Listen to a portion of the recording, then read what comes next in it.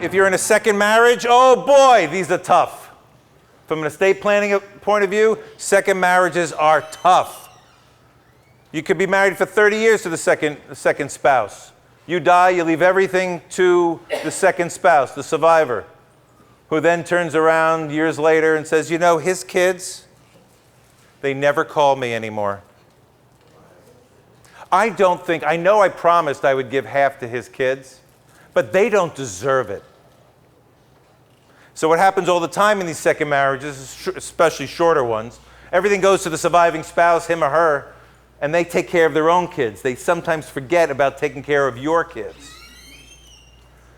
This is very difficult and tough to talk about because the surviving spouse is saying, wait a minute, I need all the money to live.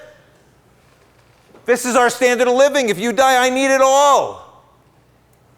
So we have to find some compromise because you can't just turn your back on your own children. Well, maybe you can. And if that's what you decide, that's fine too. But usually we try to craft some type of a compromise. Very often what we do is first spouse dies, money goes into a trust for the benefit of the surviving spouse. So the surviving spouse has use of all the money.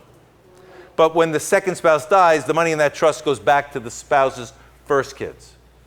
Or some combination of a little bit to the kids, a little bit to the spouse and call it a day, or something like that. But it has to be addressed. And if you just do simple wills where everything goes to the survivor and their family wins. And you better hope that you married a good person.